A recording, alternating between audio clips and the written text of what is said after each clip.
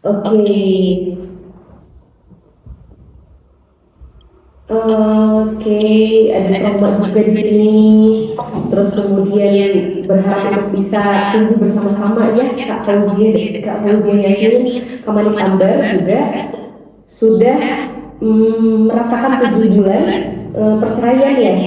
Dan bagaimana kita bisa menerima rasa apa ya bahasanya sakit hati itu gitu ya. Oke, sih pakai bahasa Inggris, ada pakai bahasa Indonesia. Oke, di sini soalnya aku pakai translate bahasa Inggris teman-teman, jadi aku pakai bahasa Inggris. The reason is because he is aware that she has wounds and needs to be healed and can also become a woman who is empowered with knowledge. Oke, jadi alhamdulillah nih teman-teman, alasan dari teman-teman semua di sini, insya Allah sama ya teman-teman, untuk kembali pulih, sembuh dan tumbuh gitu ya atas rasa sakit yang dialami selama ini, entah itu dari suatu hubungan yang kurang baik gitu ya, entah itu dari suatu hal yang terjadi di masa lalu yang menyakitkan kita gitu, ditinggalkan oleh orang tersayang, disakiti oleh orang yang kita sayang gitu. Itu adalah bagian dari perjalanan kehidupan teman-teman semuanya gitu ya. Jadi insya Allah teman-teman di sini kita semua akan berusaha untuk sembuh dan tumbuh menjadi perempuan-perempuan yang hebat dan inspirasi kelak di masa depan untuk anak-anak kita, minimal maksimalnya untuk umat di sekitar kita gitu ya, untuk orang-orang di sekitar kita. Oke, nah teman-teman pengen tahu dulu nih gitu ya, tadi mungkin case-nya itu sebelumnya apa teh pernah mengalami ada di fase apa gitu sehingga tadi tetehnya gitu ya sulit makan, terus sampai banyak kepikiran.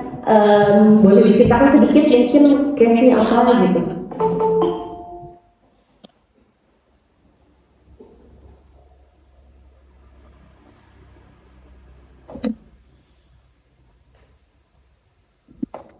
Halo?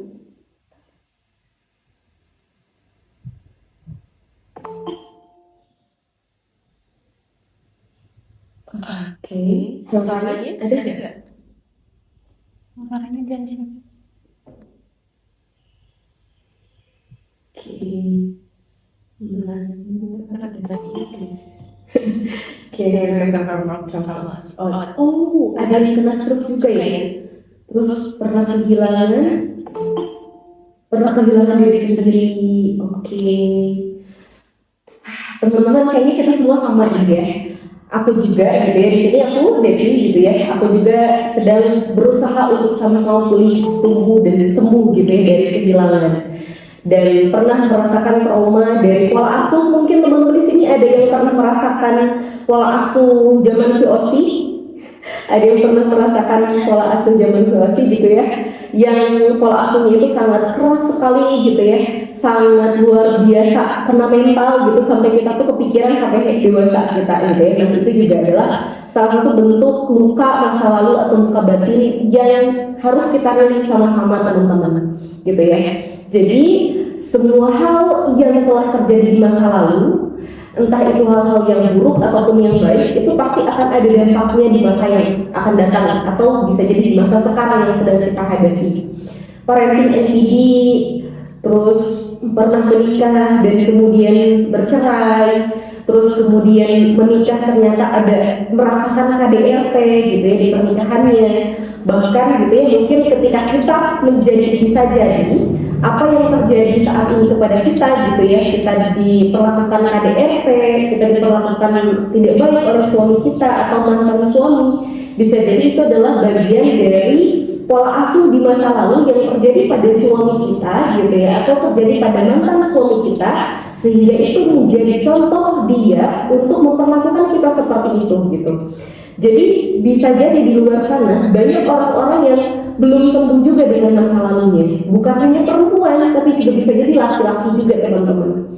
Karena itu sifat manusia dan itu fitrah gitu, setiap manusia pasti pernah merasakan disakiti, menyakiti, disayangi, menyayangi gitu ya. Melakukan kekerasan, bahkan dia pun pernah diperlakukan kekerasan oleh orang lain. Jadi bisa jadi apa yang terjadi pada kita saat ini itu adalah dampak dari masa lalu yang pernah kita alami sebelumnya, atau masa lalu yang pernah dialami oleh suami kita, pasangan kita, atau mantan suami kita di masa lalu, teman-teman. Nah, jadi bagaimana caranya untuk bisa sembuh dari luka masa lalu, luka batin atau pola asuh? Hal yang harus pertama kita ingat adalah bahwa segala sesuatu yang terjadi ke dalam hidup kita yang berdampak pada diri kita saat ini adalah bagian dari takdir Allah, bagian dari hal-hal yang diterjadikan oleh Allah. Itu artinya teman-teman harus menerima bahwa ada Allah di dalam hidup kita, bahwa skenario yang sekarang sedang kita jalani adalah bagian dari skenario Allah. Jadi bab yang pertama yang harus kita sadari adalah kita harus bisa menerima dan ikhlas untuk bisa meyakinkan diri kita kembali bahwa oh iya, saya merasakan sakit ini, saya merasakan rasa pedih ini, saya merasakan kesedihan ini. Itu semuanya adalah akibat dari apa-apa yang terjadi di masa lalu yang saya tidak tahu hal itu, tapi saya harus mengakui hal itu terjadi karena Allah, gitu. Ya teman-teman, jadi kita harus mengakui adanya Allah dulu di dalam hidup kita. Kalau misalkan kita masih menyalahkan orang, bisa jadi menyalahkan masa lalu, menyalahkan mantan suami, menyalahkan diri sendiri, bahkan bisa jadi kita belum seutuhnya menerima, dan bisa jadi kita belum seutuhnya mengakui akan adanya campur tangan Allah di dalam diri. Kayak gitu teman-teman. Nah, berarti apa yang harus kita pelajari terlebih dahulu? Kita harus mengenal diri kita. Ketika kita mengenal diri kita, maka kita akan mengenal Tuhan kita, akan mengenal Rabb kita, yaitu Allah. Kenapa? Karena ketika kita dilahirkan ke dunia, itu kan atas kehendak Allah, gitu ya. Kita tidak bisa nawar, kita tidak bisa request kita harus dilahirkan dari rahim siapa, ibunya seperti apa, ayahnya seperti apa, pengen wataknya tuh yang seperti apa, apakah pengen orang tua itu berprofesinya misalkan seorang dokter. Kenapa misalkan saya dilahirkan dari orang tua yang jahat, saya dilahirkan dari orang tua yang kasar kepada saya, gitu. Kita gak bisa request teman-teman. Semua itu adalah bagian dari kode dan kodenya Allah, gitu. Dan yang itu yang harus kita yakini dan harus kita percaya bahwa apa yang terjadi dalam hidup kita saat ini, kemarin, bahkan di masa lalu, itu adalah bagian dari skenario Allah agar menjadikan kita menjadi hamba yang lebih baik lagi. Kalau misalkan tidak terjadikan hal itu, kita nggak akan mikir, kita nggak akan sadar kalau misalkan kita tuh sedang berada di fase kita nggak kenal Allah, gitu. Kita nggak kenal diri kita nggak kenal siapa itu Allah, gitu. Kita nggak kenal penerimaan, kita nggak akan mengenal rasanya ikhlas, gitu. Kita tahu bahasa ikhlas, kita tahu kalimat ikhlas, tapi kita tidak bisa mengaplikasikan si ikhlas itu, gitu. Kalau tidak diberikan kejadian ini, gitu. Kalau tidak ada kejadian ini, kita nggak akan tuh mengenal yang namanya mungkin berdoa sepanjang malam, gitu kan, supaya bisa disembuhkan, supaya bisa dilupakan, gitu, hal-hal yang buruknya, gitu. Mungkin kita nggak akan sujud lama, gitu. Kalau misalnya kita tidak terjadikan ini, kita nggak akan tuh sholat banyak, gitu, sholat sunnah, gitu, dan lain sebagainya. Kita nggak akan menengadahkan tangan kita kalau misalkan kita nggak terjadikan ini. Bisa jadi kita lupa dengan Allah karena tadi, gitu, ada hal-hal yang misalkan Allah sembunyikan dan Allah biarkan kenikmatan padahal itu tuh bisa jadi mendatangkan kemudorotan. Dan bisa jadi di balik kemudorotan atau kezaliman yang sedang kita rasakan dari orang-orang yang menyakiti kita, itu adalah bagian dari pintu keberkahan yang sedang Allah bukakan untuk kita, gitu ya teman-teman. Nah, oke. Jadi sekarang nih misalkan, gitu ya, ada banyak sekali isu perempuan, gitu ya, yang menjadi korban kekerasan dalam rumah tangga, korban perselingkuhan, terus korban banyak hal yang terjadi saat ini, bahkan setelah selebgram pun gitu ya, kemarin yang lagi viral gitu ya, yang berinisial CS gitu ya, memvideokan suaminya yang sedang VCS atau video call dalam tanda kutip gitu ya, yang tidak senonoh gitu kan dengan perempuan lain, dan bahkan gitu ya, itu sangat tidak pantas dilakukan oleh seorang mukmin muslim gitu kan. Mereka seorang selebgram gitu ya, sama-sama mu'alaf sedang belajar Islam gitu kan. Ada siapa ini, ada Pak siapa ini laki-laki apa perempuan? Oke, sebentar teman-teman, ini lagi dicek dulu ya, karena ada yang masuk ternyata Atau yang mau belajar tentang ini ada laki-laki juga ya di sini. Itu tadi masuk chatnya. Pak siapa sih? Chatnya pakai Ini Chatnya pakai bahasa Inggris. enggak pakai bahasa Indonesia. Maaf Kak, ini perempuan. Oh, perempuan. Cuma nama aku Google. Oh, nama akun Google ya. Oh iya. Oh, nama ayahnya. Tadi juga kayak ada Ibrahim siapa gitu. Oh, Ibrahim mungkin juga ada. nama akun ini ya. Oh ya. Oke, boleh dilanjut lagi ya. Oke, kita lanjut lagi teman-teman. Mohon maaf ya kaget karena ini kan kelas ini perempuan gitu ya, bukan kelas ini campuran gitu. Jadi tadi ada kaget kalau misalnya ditemani bapak gitu, tanya pak gitu. Oke, luar biasa ya, masya Allah, tabarakallah. Oke, baik lagi ya teman-teman, kita akan merilis dulu hal-hal yang mungkin selama ini masih membelenggu di dalam hati kita, di dalam pikiran kita, bahwa kita sering merasa bahwa semua rasa sakit itu diakibatkan oleh dalam tanda kutip orang gitu ya.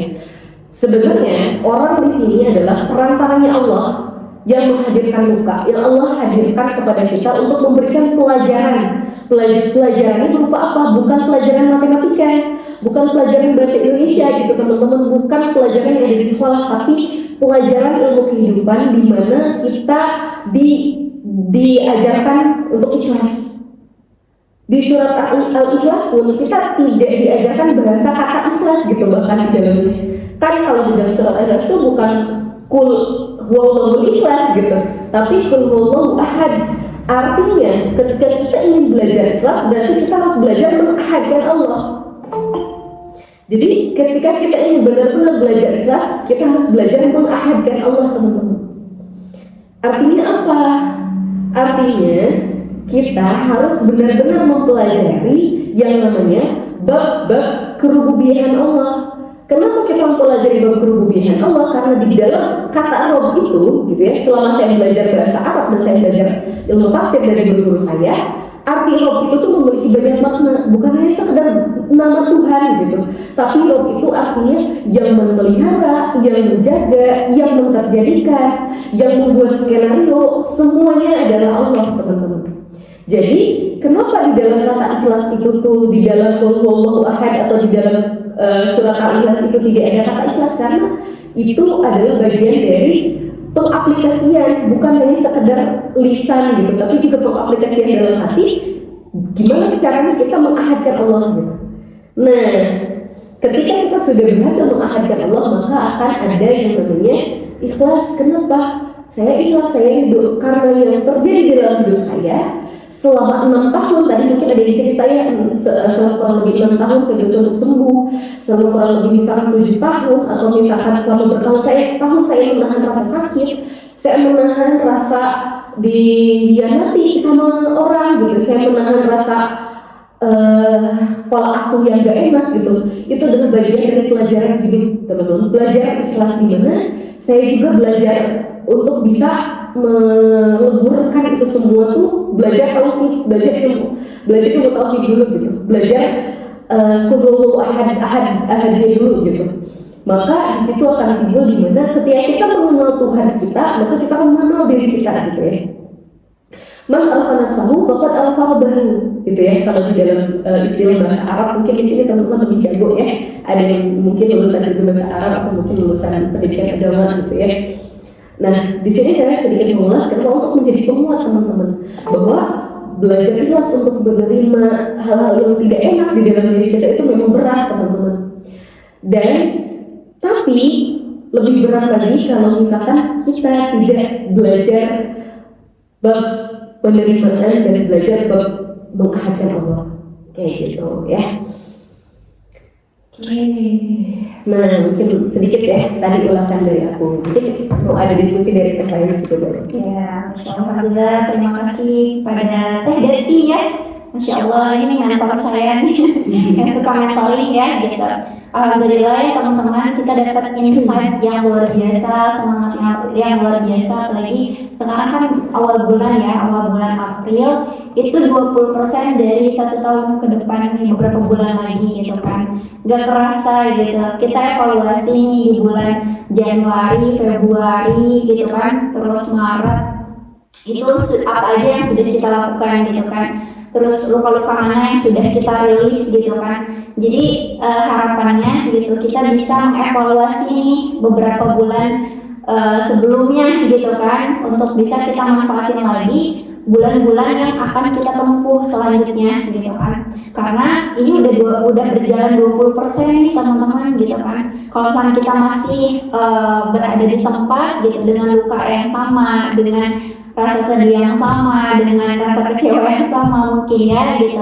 Sampai kapan gitu kita memelihara semua rasa sakit yang ada di dalam diri kita gitu. Jadi saatnya kita untuk yuk sama-sama pulih, tumbuh dan berdaya gitu kan. Kalau saat itu sudah bisa berdamai dengan diri kita sendiri, insya Allah nanti ke depannya kita bakalan bisa menerima semua yang Allah terjadikan gitu. Jadi kuncinya adalah kita perbaiki hubungan dengan diri kita sendiri, kemudian hubungan dengan roh kita, dan nanti yang ketiga itu hubungan dengan makhluk-makhluk di sekitar kita atau orang-orang yang ada di sekitar kita yang mungkin pernah menyakiti hati kita atau misalkan yang pernah membuat kita terluka gitu kan, kayak gitu.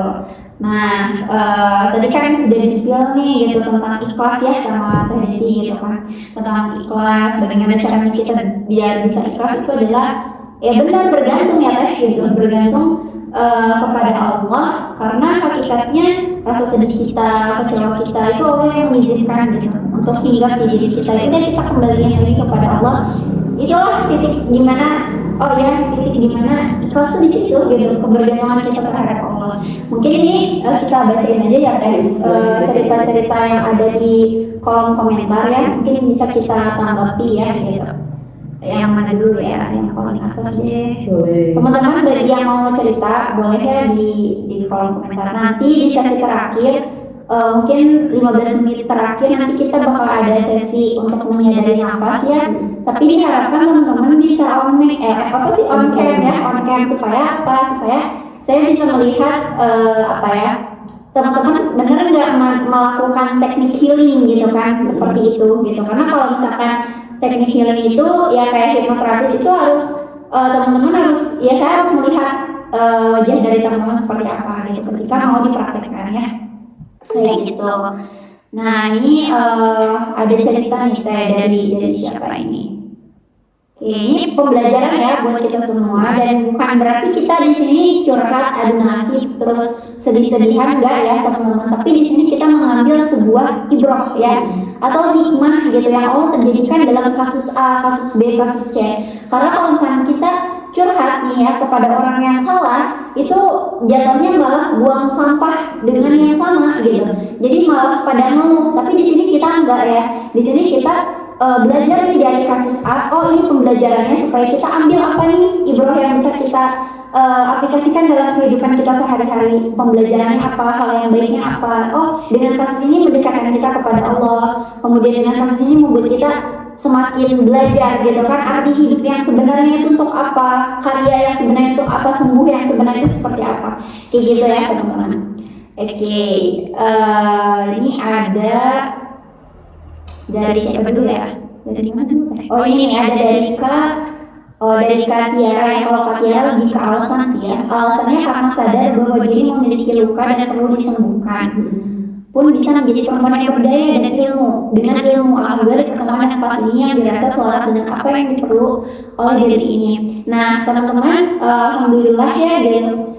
Karena saya belajar nih dari pengalaman saya gitu ya, ketika kita mau berkarya, ketika kita mau berdaya, berdampak bagi banyak orang, kita tuh perlu yang namanya solid terhadap diri kita sendiri gitu. solid terhadap pikiran kita, hati kita, kemudian tindakan kita itu harus solid.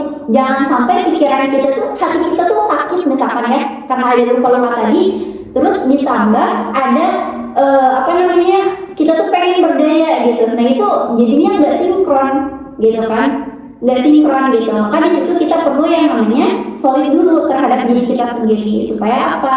Supaya nanti kita enak tuh gitu, bisa berdampak, berkarya bagi banyak orang. Nanti caranya seperti apa? Nanti perlahan ya teman-teman, insya Allah bisa kok gitu. Nah karena banyak ya teh gitu, banyak yang yang sudah kita tangani kasus gitu. Ya ada beberapa lah gitu istilahnya yang dimana dia tuh pengen bertumbuh, pengen berdaya. Ya udah ayo kita sama-sama gitu kan, selagi ada waktu, kesempatan, dan intinya kesungguhan ya. Kalau misalnya kita bersungguh-sungguh, insya Allah gitu Allah akan bukakan jalannya dari berbagai pintu gitu ya teman-teman. Jadi kalau ada perasaan takut atau apa, ya lebih baik kita komunikasikan, kita konsultasikan gitu ya seperti apa, kayak gitu. Kemudian ini baru 7 bulan ada dari kami ya. Ini pernah ikut kelas saya ya. Baru 7 bulan pernikahan, tapi pernikahan sudah di ujung perceraian. Teh gimana kita bisa ikhlas menerima kalau memang dia bukan yang terbaik, sedangkan kita sudah berusaha mempertahankan. Nah tadi sudah di skill ya teh tentang bab ikhlas gitu. Memang kalau bab ikhlas itu bab penerimaan seumur hidup tuh, tidak akan pernah ada habisnya sampai kita meninggal pun. Insya Allah kita akan terus belajar tentang artinya bab penerimaan. Sedikit demi sedikit kita menerima ridho. Ya Allah, saya memilih ridho, memilih ikhlas, memilih untuk menyerahkan semuanya kepada Allah gitu. Dan itu perlu yang namanya support system juga teh gitu. Maaf ya kalau di sini memang teh ya, jadi manggil teh kayak gitu gitu. Jadi insya Allah ya nanti proses ikhlas itu perlu yang namanya ditempuh seperti tahapan naik tangga. Tahapan naik tangga kita nggak bisa loncat gitu ke tangga yang atas. Untuk bisa ikhlas itu adalah ada tahapannya, ada prosesnya gitu. Menerima dulu sesuatu hal yang ada pada diri kita, kekurangan kita, takdir yang nggak bisa kita kendalikan gitu kan. Karena kalau misalkan kita mengendalikan sesuatu yang sulit ya di luar kontrol kita, itu akan lelah pada diri kitanya. Kita akan merasa capek ya gitu, kayak gitu. Nah ini kemudian ada dari Kak Fauziah. Ya Kak, saya sedang berjuang sembuh dari trauma perceraian, berharap bisa tumbuh dan sembuh bersama di sini. Insya Allah ya Kak, Bismillah, apapun gitu ya kondisinya, Insya Allah Allah akan selalu memberikan jalan yang terbaik gitu, kayak gitu. Karena ya qadarullah gitu ya.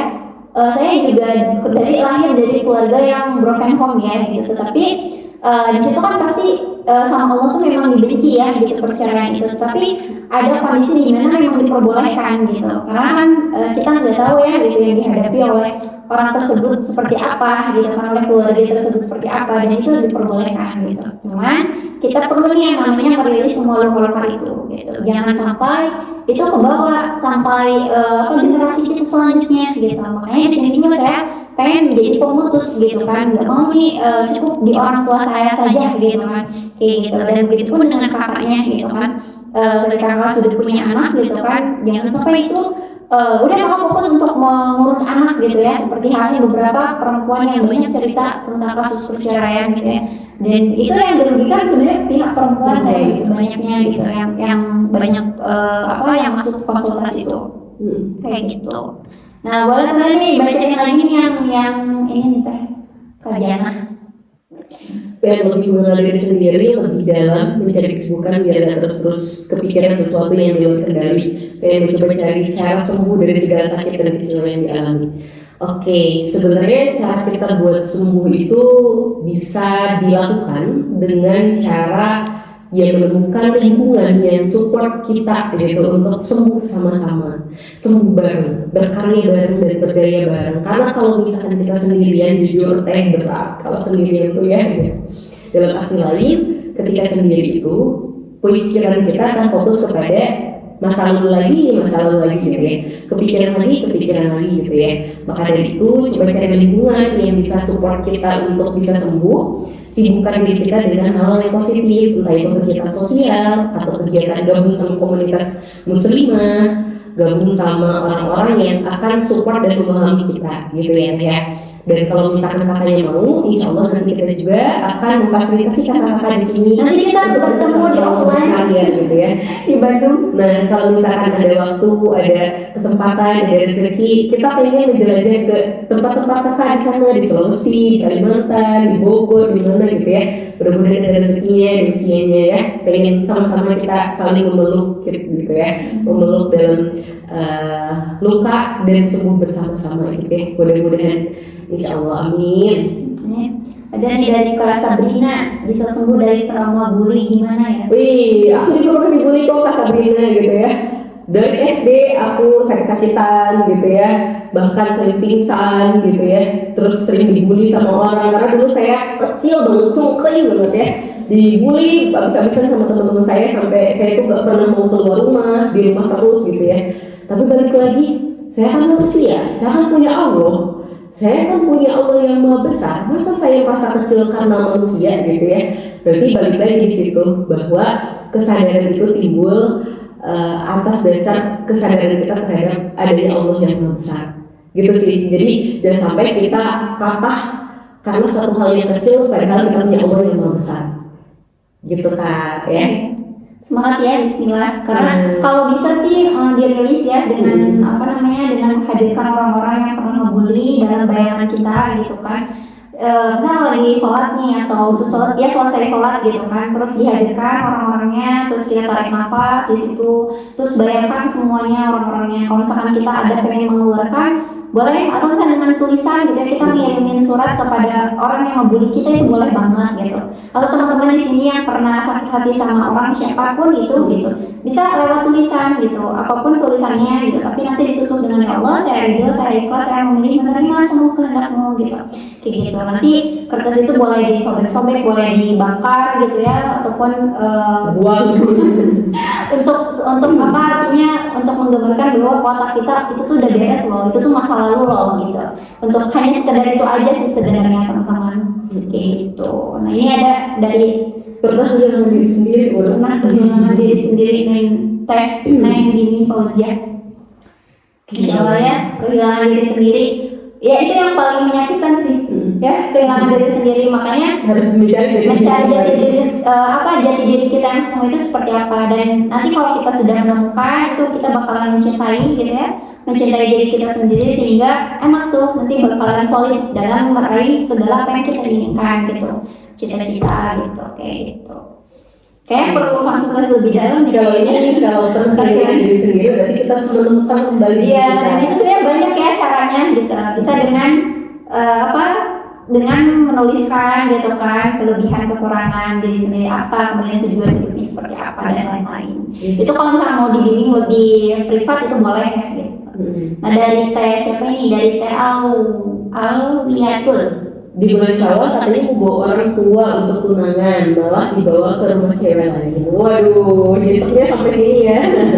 Ya Allah. Oke, karena ya yang namanya jodoh kita nggak tahu gitu. Karena bisa jadi apa yang akan menjadi milikmu akan tetap milikmu, tapi kalau misalkan bukan menjadi milikmu, itu akan tetap bukan menjadi milikmu gitu. Jadi makanya tadi kita harus sadari bahwa kodrat-kodratnya Allah itu tuh nyata gitu, meskipun sakit banget, tapi ya itu mah ketentuan Allah ya kan gitu. Berarti kan di situ dia bukan yang terbaik buat kita. Mungkin levelnya beda ya, level kakak dengan level cowok itu berbeda gitu. Jadi ya bersyukur aja kalau misalkan Allah menghindarkan atau menjauhkan kakak dari dia, atau dia menjauhkan dari kakaknya gitu sama Allah gitu kan. Jadi ya pasti ada hikmahnya Kak dari semua yang terjadi gitu, meskipun ya nggak sesuai dengan keinginan kita. Semangat, insya Allah ya. Insya Allah memberikan jodoh yang terbaik gitu Kak. Oke, ini juga ada yang perlu ditinggal nikah nih, Kak Andi Samsian. Karena tidak ada restu dari orang tua laki-laki, sudah ada rencana melamar bulan Januari, lalu dia menikah dengan perempuan lain dengan orang tuanya. Sama mungkin case-nya tadi sebenarnya. Kalau bukan jodohnya, oke, gak apa-apa teh. Masih banyak laki-laki di luar sana yang lebih baik, insya Allah gitu ya. Stop, doakan saja, insya Allah. Ya, yang penting gini ya prinsipnya, kalau misalkan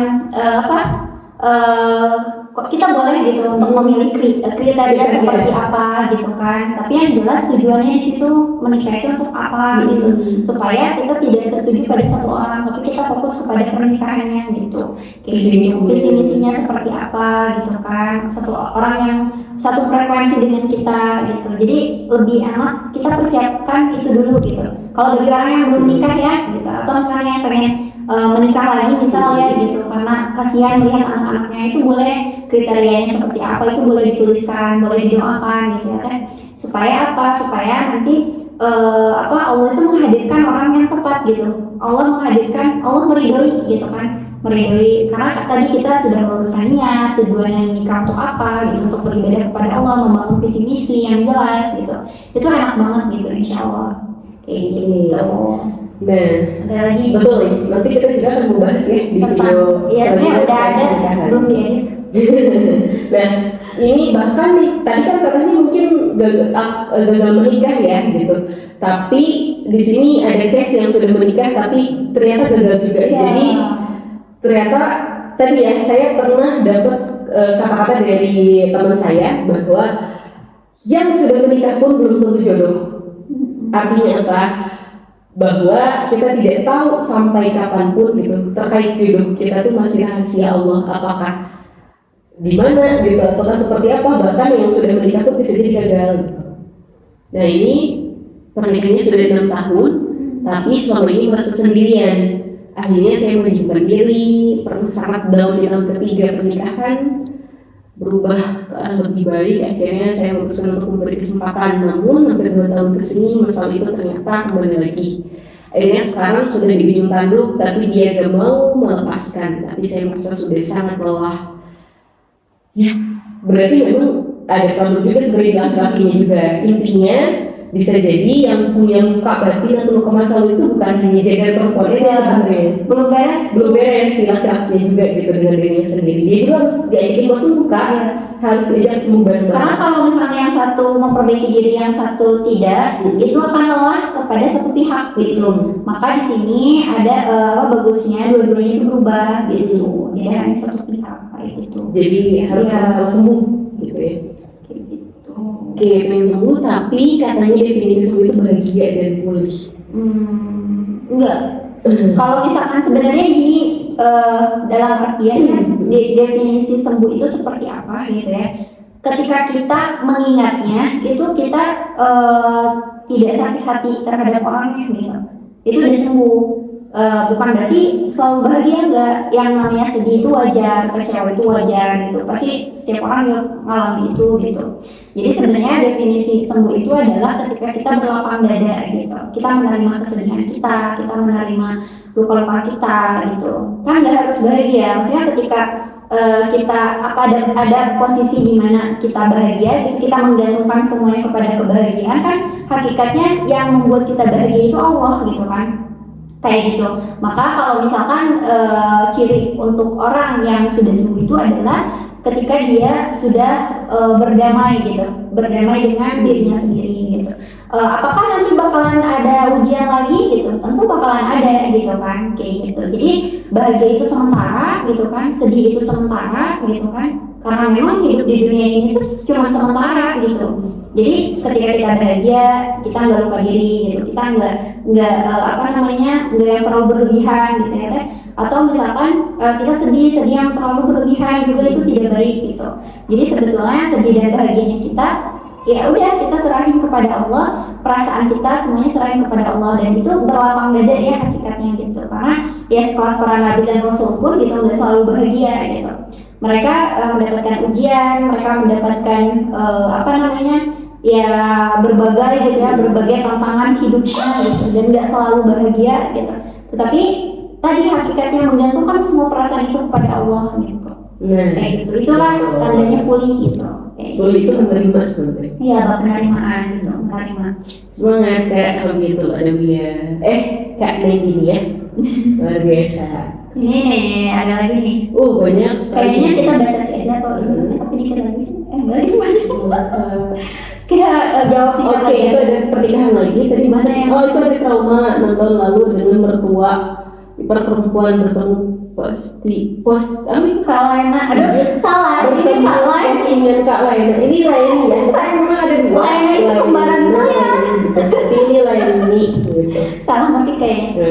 Oke, ini katanya merasa relate banget sama postingannya. Terlalu Ya betul, bisa jadi memang sumber dalam satu rumah tangga itu bukan hanya dari suami, tapi juga dari mertua. Iya, tapi kemarin ada juga yang ikut pas Pak. Dari mertua juga ya sebenarnya. Juga. Betul, berarti penerima itu bukan hanya sekedar dari satu orang. Tapi itu sebenarnya ada resonansi di dunia ini tuh. Resonansi itu yang ada di dalam diri kita sebetulnya. Jadi sebenarnya apa yang kita tarik gitu, itu tuh sebenarnya diri kita yang mengundang. Sebetulnya, karena kan Allah itu sesuai dengan perasaan hambanya. Cuman kita nggak tahu nih, emang iya aku yang menarik, emang apa gitu. Nah kadang kita nggak tahu gitu karena mungkin kita tidak menyadarinya atau belum menyadarinya gitu. Maka perlu yang namanya dirilis gitu supaya kejadiannya tidak berulang. Karena resonansi itu sifatnya berulang gitu, kayak frekuensi, vibrasi sama energi itu berulang gitu. Maka perlu dirilis gitu. Dirilis di sini itu adalah menerima dulu seutuhnya masa lalu yang memang sudah terjadi, tetapi kadang perasaannya itu masih nempel sampai saat ini gitu. Nah itu yang bahaya sih. Luar biasa. Ini Tenisa sama halnya tadi pernikahan, pengen ada rencana menikah tapi gagal karena sudah melihat sifat-sifat aslinya. Ya bagus tuh, sama Allah diperlihat, sama Allah diperlihat sangat jelas gitu. Tapi mungkin di sini ada satu hal yang membekas sampai dalam dan sampai parahnya sampai masuk ke rumah sakit. Nah ini yang mungkin bisa menjadi trauma buat Teteh sampai belum mau mengenal laki-laki lagi ya di situ. Nah dan belum bisa meyakinkan diri bahwa bisa jadi belum ada laki-laki yang lebih baik dari dia. Teteh harus bersyukur sama Allah. Allah sudah menunjukkan sesuatu yang itu tuh tidak baik buat Teteh gitu ya. Allah tuh maha baik Allah itu maha baik dengan segala rencananya, dengan segala yang Allah terjadikan gitu ya. Tapi kadang mungkin pandangan kita yang terlalu terlalu berlebihan terhadap sesuatu, jadi akhirnya kita merasa sakit gitu ya, kita merasa kecewa. Padahal ada hal baik di situ. Di dalam Al-Quran surat Al-Baqarah katanya, di dalam Al-Quran surat Al-Baqarah bahwa Allah tuh sudah menjelaskan bahwa bisa jadi yang baik menurut kamu belum tentu baik menurut Allah, dan bisa jadi yang buruk menurut kamu itu belum tentu buruk juga menurut Allah. Jadi teteh bisa, teteh tuh lagi disayang sama Allah, teteh tuh lagi dipeluk sama Allah. Teteh jangan sama laki-laki itu, teteh jangan gitu ya. Tapi mungkin ego kita, nafsu kita tadi tujuan menikahnya mungkin karena melihat orang, bukan karena melihat Allahnya di situ. Karena melihat bukan karena visi misi menikah, tapi karena mungkin tadi sudah terlanjur sayang dan cinta. Tapi bisa jadi sayang dan cinta itu tuh dari nafsu, bukan dari Allah gitu, fitrahnya gitu. Nah, berarti di sini teteh coba sayangi diri teteh. Bisa jadi Allah lebih sayang sama teteh gitu, karena Allah sudah menjauhkan laki-laki itu dengan memperlihatkan sifat-sifat buruknya kepada teteh gitu ya. Jadi teteh bersyukur gitu ya, harus bersyukur ya. Insya Allah akan ada laki-laki yang lebih baik, teteh pasti ada, teteh yakin pasti ada setiap orang. Dan di dalam Al-Quran juga nih teh, di dalam surat An-Nisa, Allah itu telah menciptakan laki-laki dan perempuan dengan berpasang-pasangan, pasti ada pasangannya. Perempuan ini tuh ada tulang rusuknya teteh, kita itu setengah dari tulang rusuk laki-laki. Dan saya belajar dari bukunya Dr. Aisyah Dahlan gitu ya, perempuan itu sudah ada pasangannya dan perempuan itu sudah akan berpasangan dengan tulang rusuknya. Dan jadi di sini harus diyakini lagi bahwa akan ada waktunya, cuma mungkin belum sekarang gitu kan ya. Semangat terus kan ya. Nggak apa-apa kalau misalkan sedih ada rasa kecewa itu dinikmati aja, diterima gitu. Habis itu bangkit lagi tuh ya, yuk. Bukan berarti nggak boleh sedih ya, boleh kok kalau mau sedih juga gitu. Oke, ini juga menjadikan menulis ya kata Kak Irnawati. Bukan pelarian ya teh, tapi mungkin lebih menulis gitu. Kalau pelarian tuh berarti lari dari kenyataan gitu. Merilis mungkin maksudnya ya, karena memang setiap orang itu dengan teknik healing itu berbeda-beda loh gitu. Bahkan kalau juga di dalam Al-Quran tuh ada Al-Qalam ya, surat Al-Qalam pena gitu, di situ bersumpah demi pena. Jadi boleh kok dengan menulis, asalkan tadi ditutup dengan tulisannya, yaitu dengan mensyukuri mungkin ya, mensyukuri nikmat-nikmat yang Allah kasih. Alhamdulillah Allah, saya bersyukur dari rasa sakit ini saya belajar apa gitu. Jadi yang dibanyakin kalau menulis itu bagusnya syukur. Jadinya nanti tulisannya banyak tuh kayak jurnal syukur gitu. Itu nanti enak banget insya Allah gitu. Dibandingkan kita boleh sih kalau misalkan kita mau mengeluh gitu ya, dalam artian di situ mau mencurahkan semuanya tulisan-tulisan kita, tapi ditutup dengan rasa syukur kalau bisa gitu ya. Jadi biarkan misalkan ngeluhnya misalkan 2 poin, nah syukurnya tambahin jadi 4 poin gitu. Jadi jangan sampai ngeluhnya lebih banyak dibandingkan syukurnya. Jadi kalau mau menulis keluhannya boleh misalkan 5, berarti ditambahin syukurnya 10 gitu ya. Biar hidup kita penuh dengan energi rasa syukur itu sama Allah, nanti ditambah nikmat kita kayak gitu. Masih banyak nambah lagi yang ngechat ya, luar biasa. Iya, ini kita sampai beres aja 1 jam. Oke, ketemu akun kakak yang dimana waktu itu aku sempat ngerasa down banget. Yang mana? Menuju halal sama ya tadi. Ternyata banyak yang case-nya tuh gagal menuju pernikahan, ada yang sudah menikah tapi merasa trauma juga dengan perlakuan mertua dan lain-lainnya. Sebenarnya itu perlu dirilis sih semua itu, nanti dirilisnya dengan tadi ya, dengan olah nafas. Nanti kita belajar di akhir sesi. Oke, next. Oh, dari Sulawesi udah maghrib. Oke, Kak, suami saya sedang pacaran dengan mantan pacarnya. Yang mana masih jadi suami orang juga. Namun dia begitu karena saya pernah melakukan kesalahan yang sangat fatal yang akan menyebabkan tadi sakit ini. Oh iya, oke. Gimana teh maksudnya? Jadi suaminya itu sedang pacaran ya, selingkuh dengan mantan pacarnya dulu, yang mana masih jadi suami orang juga. Jadi si ceweknya itu juga udah nikah. Jadi sama-sama selingkuh intinya gitu ya. Sama-sama menjalani hubungan yang tidak baik. Namun efek itu tuh terjadi karena si Ter ini gitu ya pernah melakukan KDRT ke si kakak yang laki-lakinya atau suaminya. Ya mungkin sama-sama belum menerima ya si laki-lakinya juga dengan sikap itu tuh ada rencana Allah, tapi mungkin pembelajarannya harusnya bisa saling belajar gitu.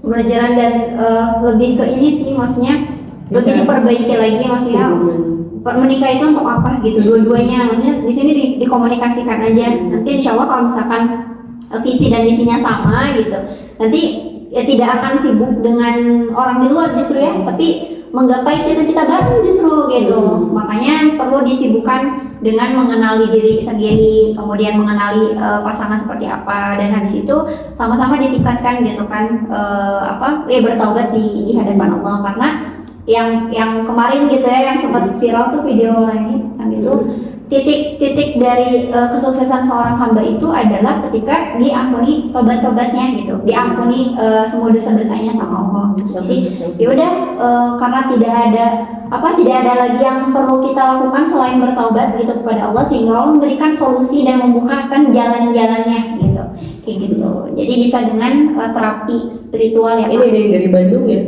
Spiritual. Oke, semangat. Ini banyak banget ya, panjang banget. Kalau Kak Najwa. Belum lagi. Oke, seluruh kerjaan. Baca. Oke, bawah di bawahnya ya. Yang mana? Di bawahnya coba. Panjang. Aku anak perempuan di bawahnya.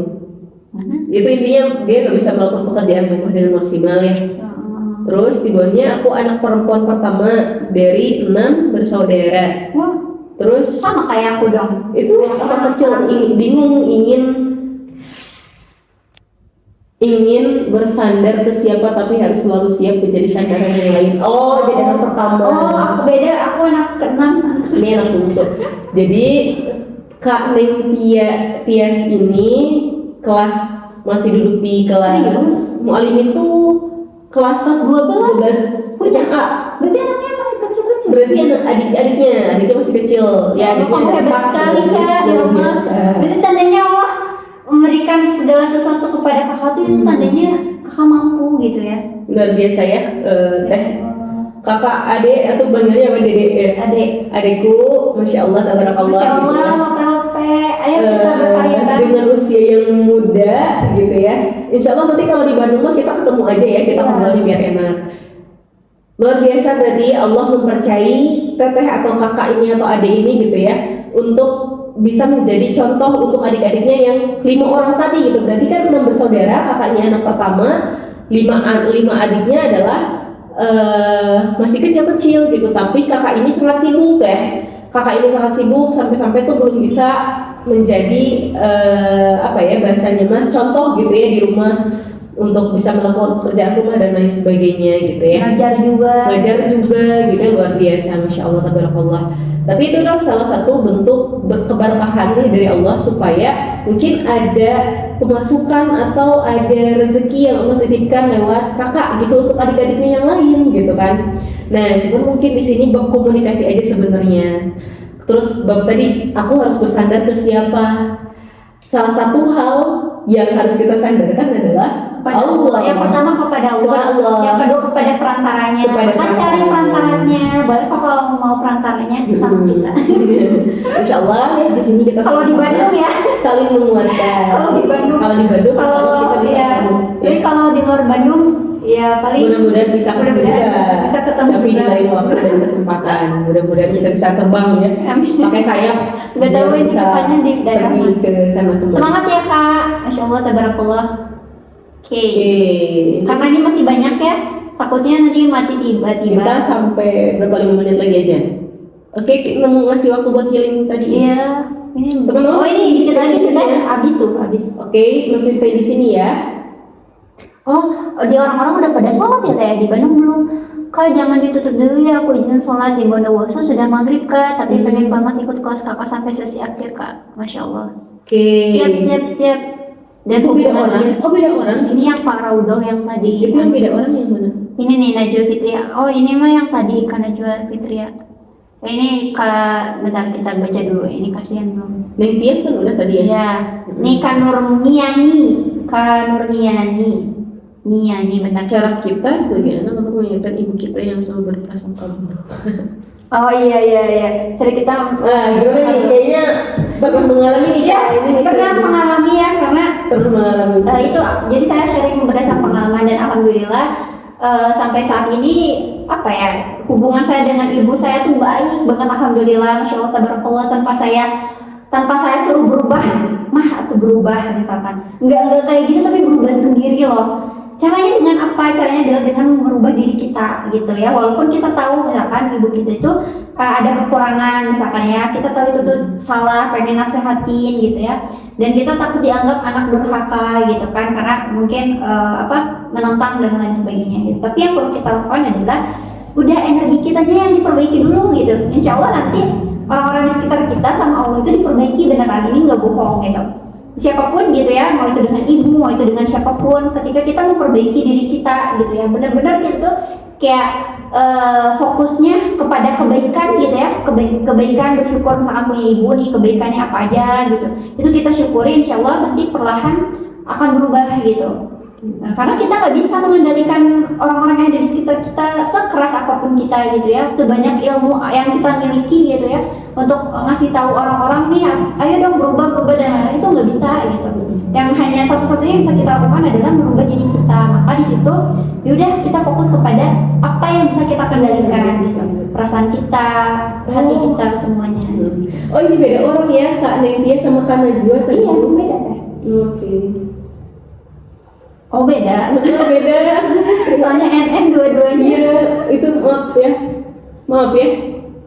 Oh, di organisasi ini kalau saya melewati satu pekerjaan rumah saya dimarahin, apalagi jika saya tidak melakukan apa-apa. Sama kayak saya orang tua ya. Kak Najwa kayak saya orang tua ya tadi ya. Terkait pekerjaan rumah. Iya, nah itu iya. Makanya kan kita juga kadang nggak susah ya mau menjelaskan sepanjang lebar apapun kepada orang tua gitu, yang dimana mereka itu punya pemahamannya sendiri gitu. Mereka kan hidup lebih lama dibandingkan kita ya gitu. Jadi sudah mendarah daging tuh pemahamannya gitu. Makanya di situ yang bisa kita lakukan adalah udah kita fokus kepada diri saya, gimana caranya kita biar tenang gitu. Tenang dalam kondisi yang seperti itu gitu. Insya Allah ketika kitanya tenang, perasaan kitanya damai, itu orang-orang sekitar kita bakal ngikut gitu. Oke, semangat Kak ya. Semangat. Berarti kamu harus berarti bangun dari subuh berarti ya kalau misalkan pengen bantu. Fokus kepada diri sendiri dulu aja, perbaiki apa yang bisa diperbaiki sama diri gitu. Walaupun ya tadi ya, walaupun memang yang salah tuh bukan dia gitu, karena saya pernah berada di itu. Iya benar, sampai saya pernah perang dunia kedua tuh sama orang tua. Iya, karena dulu saya punya luka inner child yang dimana saya nggak tahu, nggak paham gitu luka itu seperti apa. Jadi kurang dari bab penerimaan gitu, kayak gitu. Tapi alhamdulillah sampai sekarang itu udah berapa tahun yang lalu, 4 tahun yang lalu mungkin ya. Tapi proses ya, bisa Proses gitu, iya gitu hingga Insya akhirnya Allah.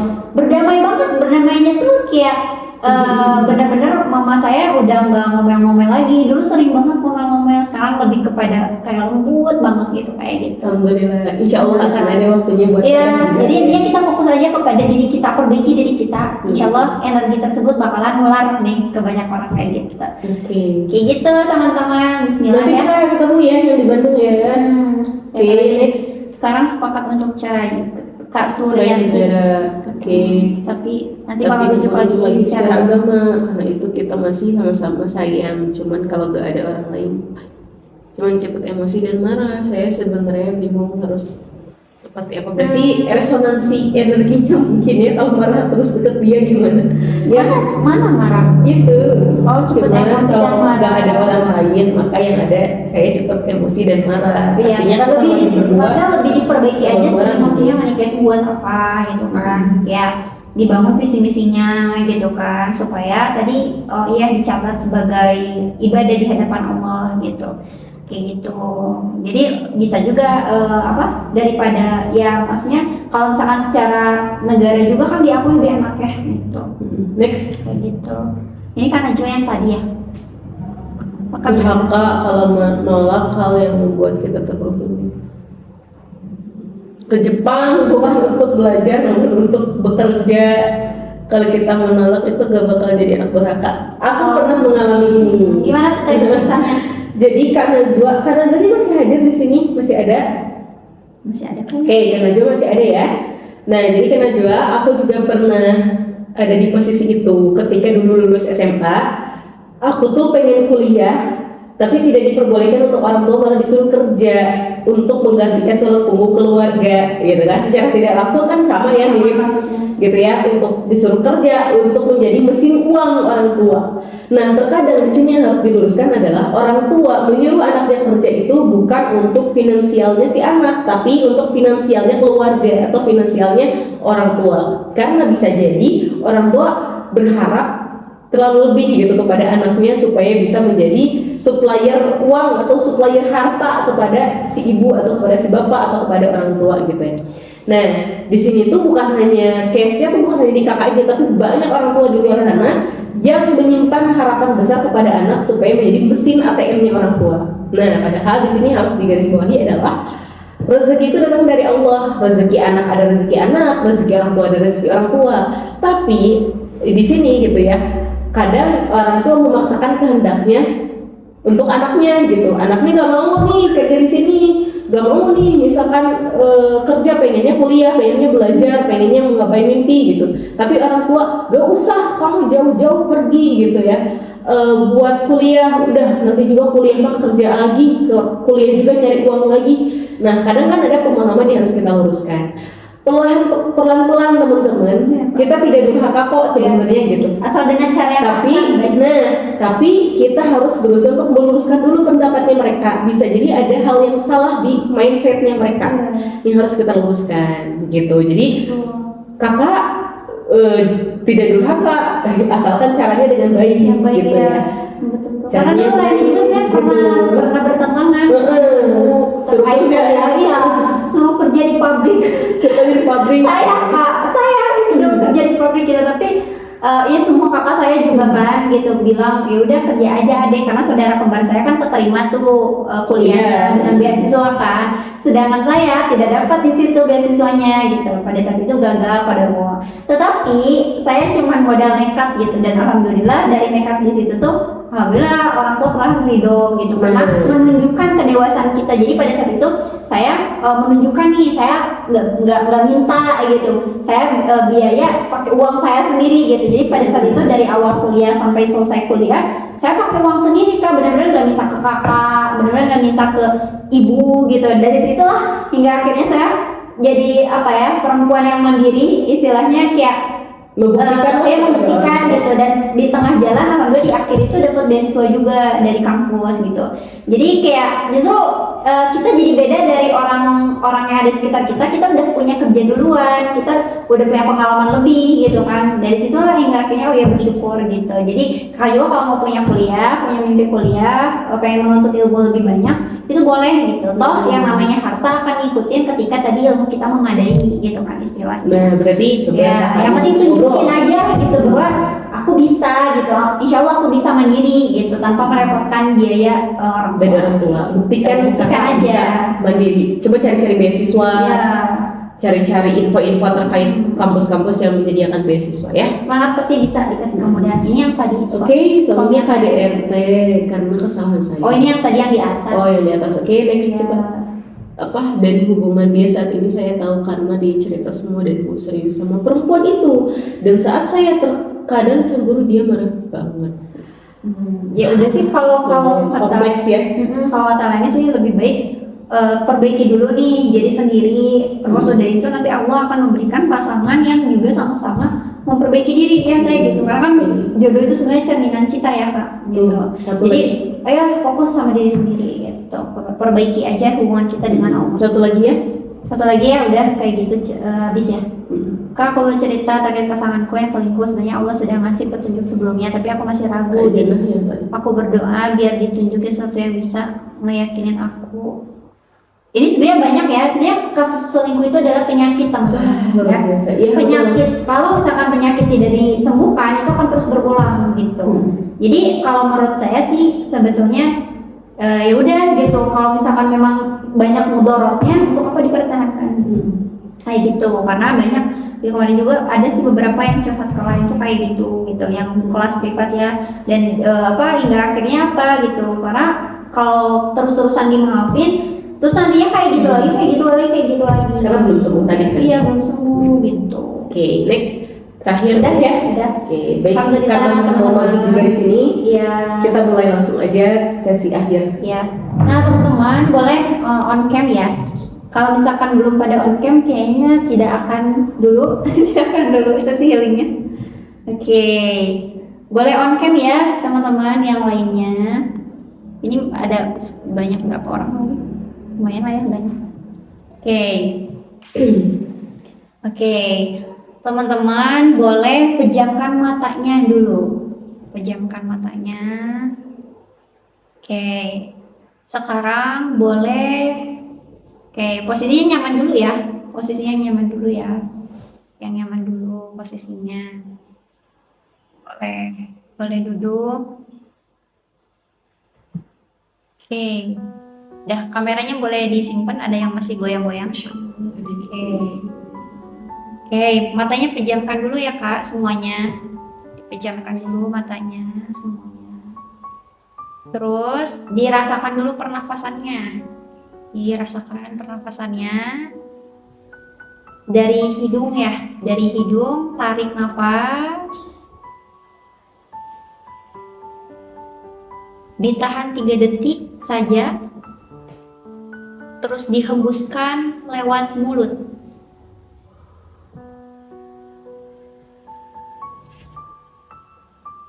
Dirasakan lagi, tarik nafas lagi.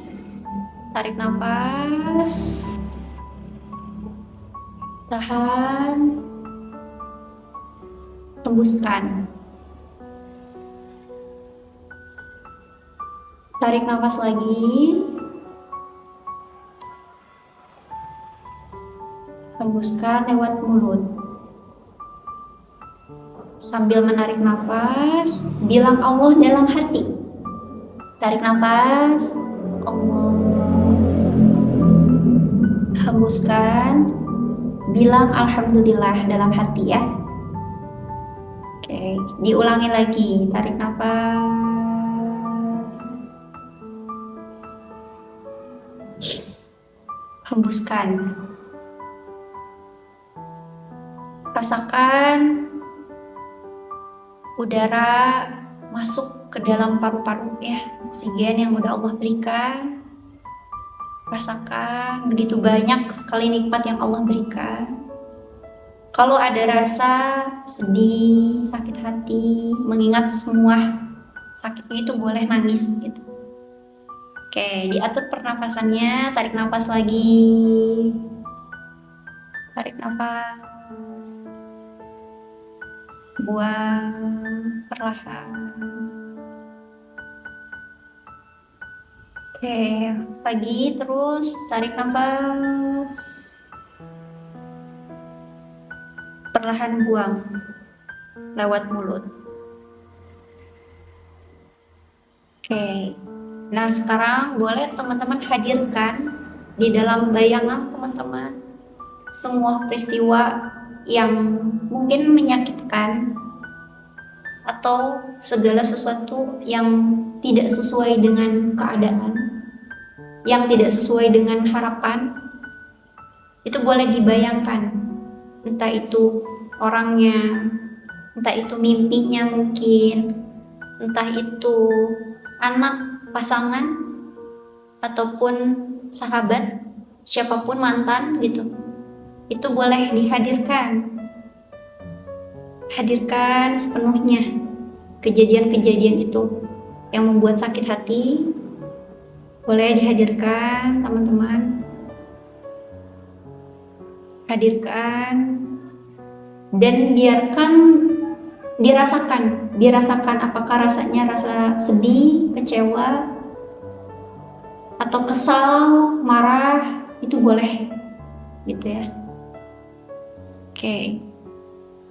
Dan sekarang ucapkan ke dalam diri kepada Allah, ya Allah, saya memilih ridho, saya memilih ikhlas, saya memilih menyerahkan semuanya kepadamu ya Allah.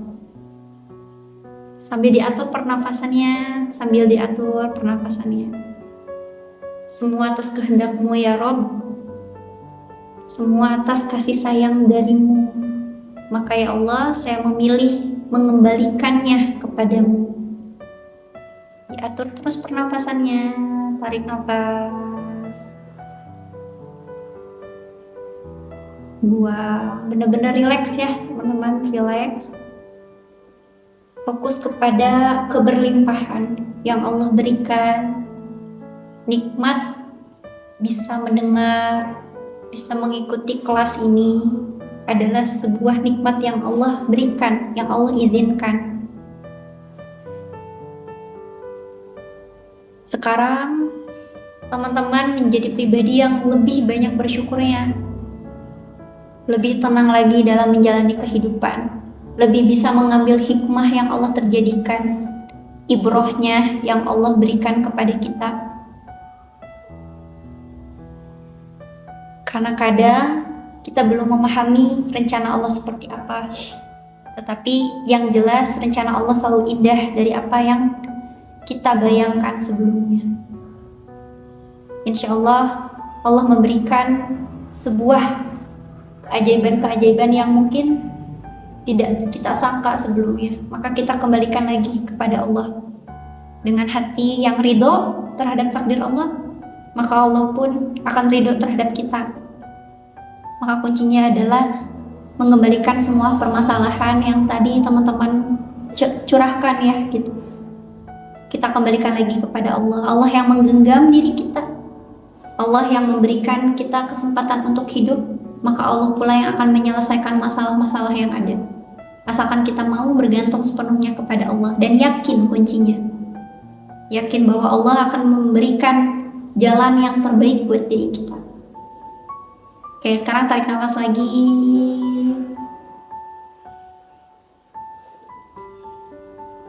Buang perlahan. Oke, tarik nafas lagi. Buang perlahan. Oke, sekarang buka matanya perlahan. Buka matanya perlahan. Dan sekarang lihat wajah teman-teman sendiri. Lihat wajah teman-teman di kamera ya gitu. Lihat wajah teman-teman di kamera. Lihat semuanya gitu ya. Itu diri kalian gitu. Diri kalian yang sudah berjuang, yang sudah diajak berjuang, yang sudah udah capek gitu kan. itu terima gitu, terima sebagai rasa syukurnya gitu. Karena kalau misalkan kita tidak berdamai dengan diri kita sendiri, kita tidak bisa gitu, tidak bisa akan capek menghadapi kehidupan ini. Maka ayo lihat wajah teman-teman sendiri gitu, itu sudah berjuang keras, maka jadi harus jadi support system terbaik bagi diri sendiri ya. Sekarang jadi diri yang pribadi yang lebih baik, mencintai diri sendiri, menjadi solid terhadap pikiran, tindakan, dan juga hati gitu ya. Ini bisa diaplikasikan ketika teman-teman ngerasain nanti suatu saat misalkan sedih lagi, kecewa lagi, pokoknya ada diatur pernafasan gitu ya. Tarik nafas kayak tadi kuncinya, tarik nafas, buang lewat mulut, itu tahan 3 detik dan dalam hati katakan Allah, kemudian ketika dihembuskan itu ucapkan alhamdulillah ya teman-teman.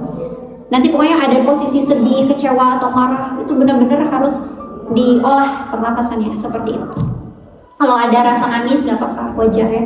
Itu membuat kita bakalan lebih tenang gitu dalam menjalani kehidupan. Jadi kita nggak mudah menyalahkan ataupun menyalahkan diri ya, atau yang melampiaskan emosi, tidak. Tapi kita mengatur pernapasan tadi. Kayak gitu. Oke, sekarang boleh berikan senyuman terbaiknya, senyum teman-teman. Jadi perempuan yang hebat, yang bisa menginspirasi banyak orang. Bagi seorang ibu, jadilah inspirasi bagi anak-anaknya gitu ya. Jadi seorang anak, inspirasi bagi ibunya, dan juga bagi seorang kita yang single-single mungkin ya, jadi inspirasi bagi banyak orang, teman-teman yang ada di sekitar kita gitu ya. Saya pengen gitu, yang tadi curhat-curhat tadi gitu ya, suatu saat ngechat ke saya, saya alhamdulillah gitu berhasil menjelaskan masalah ini, berhasil keluar dari rasa sakit ini. Saya harapkan pengen seperti itu gitu. Jadi tadi curhatan-curhatan yang tadi gitu ya, itu bagian dari ujian yang Allah berikan kepada teman-teman, dan insya Allah itu adalah sebuah bumbu kehidupan ya gitu, bumbu kehidupan yang Allah hadirkan kepada teman-teman ya kayak gitu. Jadi teman-teman yang baru, jadi Kak Ani yang baru, Kak Anis yang baru gitu ya, terus banyak Kak Gina yang baru semuanya gitu. Jadi diri yang baru lagi gitu. Kalau mau sedih boleh sedih, tapi habis itu bangkit lagi. Mau kecewa boleh kecewa, tapi habis itu bangkit lagi, berkarya lagi ya gitu. Maksimalkan peran kita saat ini kayak gitu ya. Karena kita ada yang menyampaikan. Semoga teman-teman insya Allah kita akan ada program perempuan berdaya dan berkarya. Jangan lupa nanti ikutan ya teman-teman. Mari kita berkarya dan buktikan bahwa kita bisa bangkit dari masa lalu yang menyakitkan kita. Buktikan kepada orang-orang yang menyakitkan kita bahwa kita bisa bangkit dan bisa berdaya bersama-sama ya. Yuk semangat teman-teman. Jadi perempuan itu tidak lemah. Kita kuat karena kita punya Allah yang maha kuat. Kita nggak kecil, kita punya Allah yang maha besar. Ya, jangan merasa miskin karena kita punya Allah yang maha kaya. Share itu ya. Jangan merasa miskin karena kita punya Allah yang maha kaya. Jangan merasa kecil karena kita punya Allah yang maha besar. Jangan merasa lemah karena kita punya Allah yang maha kuat. Jadi balik lagi, Allah dan Allah ya, semangat ya, kakak-kakakku, sayang-sayangku, kakak-kakakku, adik-adikku, mari kita tunggu dan bangkit bersama. Kita buktikan bahwa perempuan bisa hebat dengan karyanya. Semangat untuk membangun negara kan perlu dibangun perempuan dulu. Untuk membangun sebuah negara ada peradaban. Harus kuat perempuannya dulu, harus kuat tiangnya, dan tiang negara ada di pundak perempuan. Ya, insya Allah nanti kita bertemu lagi karena kelasnya akan diadakan secara gratis selama sebulan sekali ya. Jadi jangan sampai dilewatkan. Insya Allah kita ketemu lagi teman-teman. Mungkin itu sih juga ini. Oke, kayak gitu sih palingnya ya. Kalau misalkan sudah ya kita cukupkan karena di sini juga mau azan maghrib gitu ya. Alhamdulillah bersyukur sekali bersyukur sekali bisa sharing hari ini gitu kan. Dan alhamdulillah segala puji milik Allah. Semua yang ada datang dari kebaikan dari kita itu hakikatnya dari Allah gitu ya. Kalau ada salah kata atau yang menyinggung perasaannya disengaja atau ilmu yang mungkin ilmu yang kita kurang ya, itu mohon dimaafkan. Kita sama-sama belajar. Oke, selamat beraktivitas lagi. Salam healing tumbuh dan berdaya. Mungkin itu tutup ya teh. Kita tutup ya. Alhamdulillah. Subhanallah wa bihamdihi. Asyhadu an la ilaha illallah. anta astaghfiruka wa atubu ilaik. Assalamualaikum warahmatullahi wabarakatuh. Terima kasih. Selamat malam.